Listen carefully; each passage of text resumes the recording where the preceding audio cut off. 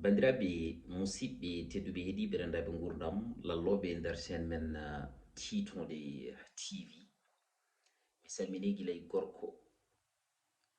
debbo suka mawɗo boɗejo ɓalejo ɓutto cewɗo salminama ɗo salminte welto weytoɗo tigui woni ni gam weltare woti oɗo tuggi kala araɗo haadi nde tawno huccidirde e mon ko fartange wonantami nde tawno fulɓe ne kewide kala mo suusi koko ñumana en ji abonnéji ɗi en ji partage o en ji like ji ɗi en ji commentaire uji ɗi fa tabarakallah nde tawno hay sinno so tawi min e himmam wonno ko wadde sappo on dokki kam courage wadde temedere nde tawno kala mo suusi koko ñumana hande noon eɗeni kala e missa noro ngaari mawdi ɗi yo Allah yew ɓeyda machallah hande neɗɗo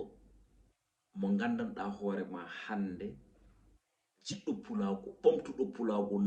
nawɗo pulago au delà de pulago ala ko tagui mi wiɗo noon ɓe mi aroy hen kono hande belaɗo e mettaɗo Amadou Birane Mangane advice gorko mo mbañi hande wonɗo nawi pulago kadi enen fulɓe wara ɗaccen ha wendu hora mbiyen eɗen gasa hen ɓulli hande waɓe ne advice en ni ko foɗɓe waɗede soutenir e nder fannuji ɗi kala soutenir ɗo banggue hirjino wallude ɗo banggue koppareje wallude ɗo banggue jalɗinde nde tawno ko waɓe ne makko ni leñol ngol ɗomɗono wadde noon so tawi en keeɓi baɗo ne makko ni liggotoɗo te mo liggey mum labti mo gandanɗa hoorema ne kewmi wiide ni wona haala mum golloto golle ko golle mum golloto haala hono ɓeɗo rendo ngo sohli kadi ko hono ɓeɗo mbawi ɓamtude rendo mboɗo sikki noon liggey makko so tawi haalama e nder rendo fulɓe wiyatake wonde holko waɗi walla wiyatake wonde holi kanko nde tawno waɗi marqué empreinte makko sabu ɗum ɗo banggue musique men enen e nder koye men ene satti e nder lewru wotoru ɗo nalanke men heɓata 1 million de vues kono kanko o waɗi battre record o waɗi ko gandanɗa hoore ma min mi yiyani nalanke pullo baɗɗo ɗum e nder lewru e balɗe jeenayyi daña hen ko fotina 2 millions de vues kanko advice Amadou Birane Mangane o dañi ɗum te vidéo ji makko battiɗi ɗi foof sa ƴeewi ko hakkude keddoriɗo tigui rigui ha joni 20 000 pour heɓa 1 million de vues walla keɓɗo 1 million de vues walla keɓɗo 2 millions de vues so naati nder YouTube joni on jii faaro men ɗo e 2-3 jours e nder on ton on jet 1 million de vues heɓa ɗum e faaro men eɗen gandi kala ɓiɗɗo pullo so tawi heeɗima ɗum ene foti hebde hen fartange ngam konnguli cuuwaɗi ceniɗi celluɗi jettuɗi e luggere ɓerde payoji tigui rigui e luggere ɓerde ɗi kanko e Abou Djouba ɓe mbaddi ɗon fetrine ɗum wona hunde wemde kadi mboɗo sikki wiyede wonde advice ene wawi walla wawa ene wawi walla ene wawa confirmation o ari avant ko volume ene ara kono volume ene wayno ari tan dajjiri hunde nde tawno volume o no ɓeydi ɗum nde hayɓe gona fulɓe nani oɗon volume sabu ɗum sen ƴeewi challenge uji baɗaɗi ɗi e nder TikTok artisteɓe mawɓe ɓe gandanɗa hoorema hande ko limteteɓe e nder Sénégal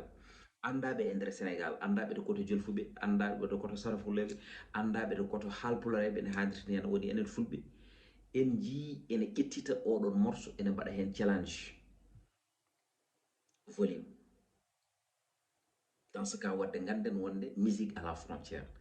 ganden wonde so tawi neɗɗo waɗi hunde yonde hunde yuɓɓude hunde yumtude tan rendo ngo waɗa ɗum consommé pour noon waɓe ne advise en ɗi ɓe mbawa darade darde ɓurde nde ɓe darno nde il faut hande enen ne daroɗen tengtinen koɓe mbaɗi ko woni hande wiyeteɓe ko kañumen goni e nder réseaux sociaux ɓe gonga wadde hen jalnika ina moƴƴi kono kadi aussi wadde jalɗinde jomum ko waɗata ko te andinde yimɓeɓe wonde yii ko jomum waɗata ko haalde lomtanade ɓen ɓe gandanɗa hoorema e nder oɗon tuma so hay sinno jiiɗi haalde so tawi kaali wonɗo haalum men yettata ko kaala ha aduna o foof nana joomum wiya wonde wallahi ko haali ko ko gonga ko haali ko ɓe yi ɗum ko haali ko aussi mi nani ɗum ɗum noon aussi c'est quelque chose qui est très important wadde noon nde rendoji goɗɗi ni mbaɗata chronique mbaɗirta chronique nalankoɓe mumen ni so jalti kala ko woni hen critique jomumen critique kala ko woni hen positif jomumen kaala e nder on ɗon so tawi poti wadde encouragé jomumen mbaɗa encouragé enenne aussi eɗen poti jogade ko wayi noon ko ɗum tagata nalankoɓe ɓe jogade inɗe ko ɗum tagata nalankoɓe ɓe hewde abonné ji ko ɗum tagata nalankoɓe ɓe wattede hakkille mami fabino noon kala nalanke mo suusa critique yata hay nokku enen noon eɗen jogui caɗele rendo men suusa critique saabu ɗum kala hen mo critique ɗa hay soko critique positif wiyata wonde ka gañomo alors que critique o kañum tagata nalanke o andede so tawi neɗɗo woni neɗɗo mo ganduɗa hoore ma ko neɗɗo rendo so tawi o haaletake tan gueɗe makko jiyatake holde foti hande e nder rendo men waɗoɓe quelque chose ko gandanɗa hoore ma ɗum ɗo c'est consommable holde foti nalankoɓe ɓe joguiɗen wawɓe ha joni wawɓe yimde kono jibbi men mbattaki consommé holko tagata ɗum ɗon non non jomumen ne mbaɗa hen foddeji men mais ko ɓen ɓe gandanɗa hoore ma fotɓe darade kala ko jomumen mbaɗi ko ko ɗum woni ko mankire ɗen enen e nder rendo men hewɓe noon ene kuula wadde ɗum saabu ɗum kulata wadde ɗum nden wiya wonde somi yaltimi haali haala advice kala mo gandanɗa hoore ma waddata rivalité koye advice on ne wawi mettina non non non somi haali haala advice wonko jiimi advice te tagani mi haalde haala advice ngam tigui rigui ittude advice ene fawɗum e dow woɗɓe ɓe non non o wattan kalmi goɗɗo aussi so waɗi ko wayi hono noon rendo ngo foof watti hen hakkille mum en jii nde tawno ko ɓuuti hollirat en dartoto kaalen ko ɗum woni wonde chroniqueur mais vraiment advice Amadou Birane Manga hande kala biyowo wimi e mbimi e mbimami aɗa foti ñaganade mo Allah judde balɗe e moƴƴinde battane nde tawno gurdam makko ko gurdam mbaɗɗam fayida oɗi marqué empreinte makko aussi te aussi il faut pas men advice ko carrière waɗata saabu ɗum advice sen belama mbiyen hande won rapport uji kewɗi gonɗuɗo hen sikkire wonde ko kañumen gadi advice wadde rap taw ko advice en adi ɗumen wadde rap somi ƴeewi à travers oɗon naata e nder page uji makko woni Facebook walla ɗum ɗo eɓe mbaɗi hen publié photo ji ɗe gandanɗa hoore ma tuuboyeje tan yimɓe sappo ene mbawi ɓornade ɗum guila e oɗon temps advice fuɗɗi waɗata wadde sen mbelama mbiyen advice jibina koye rap c'est parce que ko tawɗo mawni ko en ene mbaɗa ɗum ɗon o ari aussi o ƴetti relève o kono no ƴettirini bonani saabu ɗum sonno ko garnoɗo wadde buzz tan tawno ko jamanu ko ɓenni ko ɓooyi kono hande o mona waɗa hen doole makko o mona waɗa hen jawdi makko o mona waɗa hen haqqe haqqilantagal makko fulla makko e fayida makko o jaaɓi aussi yaltude wadde découvrir nalankoɓe pour wadde mumen ko wayno fitrine hay ko nandi hen ha hande ɗemgal ngal hay mo nanata ene yiɗa andude aussi ko advice yimata ko ko holɗum ko ɗum woni gollade gollanade leñol mum e wadde représenté ha joni leñol mum e ko wona e leñol mum nde tawno aussi so tawi neɗɗo no gollano leñol so tawi leƴƴi goɗɗi ɗi ndenti yataw an aɗa yiye hen ɗum woni noon daranade leñol mum ko wona hay e nder leñol mum advice noon ko ɗum woni ko waɗata par ce que min ko jiimi e oɗo volume waɗɓe hen challenge ça veut dire ko wonde hande rap pulaar wonɗo advice nawi ɗum haalɗo emo haalani jaɓɗo e caliɗo ko Allah waɗi ko ɗum waɗi fulɓe noon ke wiide so tawi Allah diidi a momti o ditti a momti o ditti a momti so ande ma o momtere o diida vraiment emin mbiyamo sappo emin mbaɗamo aussi encouragé ne tawno hande yo fam ko jaggal e nder rendo fulɓe yo fam ko jaalal e nder rendo fulɓe yo fam kadi aussi rendo fulɓe fof ene wattemo ko hakkille yo fam kala jiɗɗo pulago ene jogue makko fartange koko advice Amadou Birane Manga nde tawno mo golli kala haale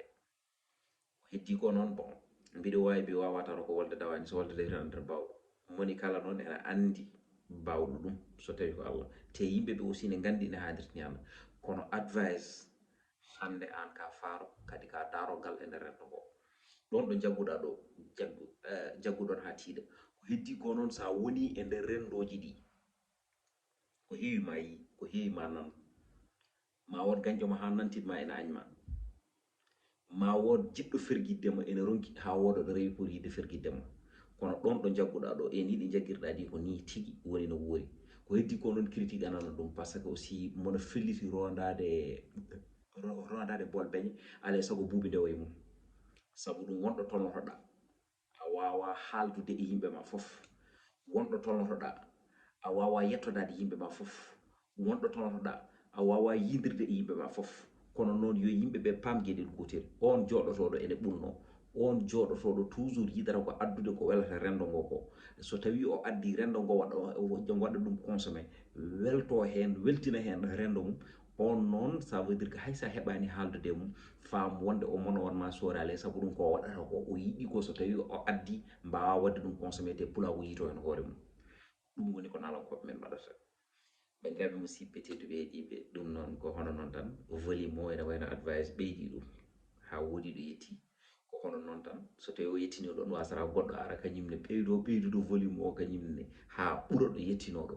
C'est comme ça que ça fonctionne. kono hande e nder ngal ɗo ñallagal ngal gonɗen e nder oɗon tuma, advice Amadou Birane Mongan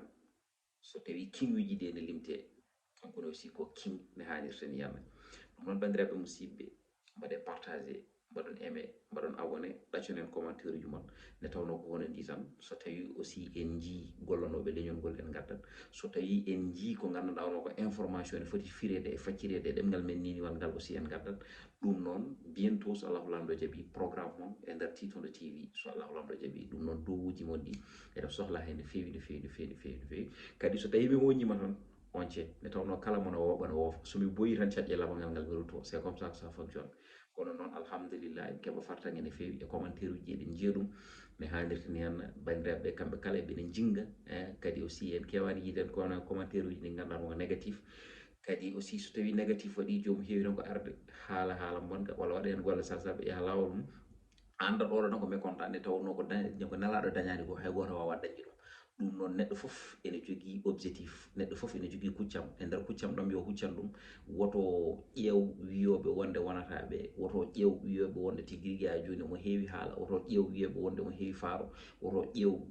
ɓen ɓe gandanma woni ŋiñoɓe ɓe. toujours so tawi o yii neɗɗo ene ŋiñamo, yo ƴeew ko neɗɗo o ŋiñirtamo ko. so tawi o yii aussi neɗɗo o ene waɗamo encouragé, yo ƴeew ko neɗɗo o waɗimo encouragé. min toujours ko critique ɓuranmi wawde ƴeewde e waɗoɓemi encouragé ɓe, nde tawno wonno neɗɗo yiɗirtoma tan yiyata ko bone ma, yiyata koko moƴƴe ma. ɗum noon wonne neɗɗo jofortoma tan a andat oɗo ko gagne ma, kono wonno jofortoma tan a andat wonde o yiɗi ko ya wane poɗɗa wade ni. kono noon fulɓe ne kewi wide mbiɗoma ya looto, yiɗi ko ya laaɓa, kono renoma o mbiɗoma yo looto taw mi wiyama ɓuuri ɗo, sa lootima loota. ɗum noon sponsor men comme ɗam ko guépard marketing. ɗum noon batten hen hakkillaji mon, ko tissataji baɗɗi fayida goni hen ne hannirta ni henna. markuji kesi pul jalti ne hannirta ni. ɗum noon mbaɗe feere jahon ko ɓuuri yawde yaccade, walla mbaɗon gam contacté e mon jiɗɗo foof. tissataji au lieu ene yeeye 5000 francs, 3500 yeeyete ne hannirta henna. guépard ari ko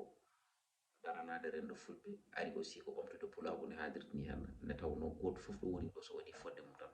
pulago ma ɓamta no foti ɓamtorade ni ne hannirta ni. ɗum noon bandiraɓe musidɓe, ko hono ni mo golli kala yo jangtene, wora ɗaccen ha jomum yaha, walla ɗaccen ha weedu hoora, mbiyen eɗen gasa en ɓulli, ala. kala neɗɗo baɗɗo waɗi feewi yo haalane ɗum guiɗo no wuuri ne hannirta ni henna. on jarama.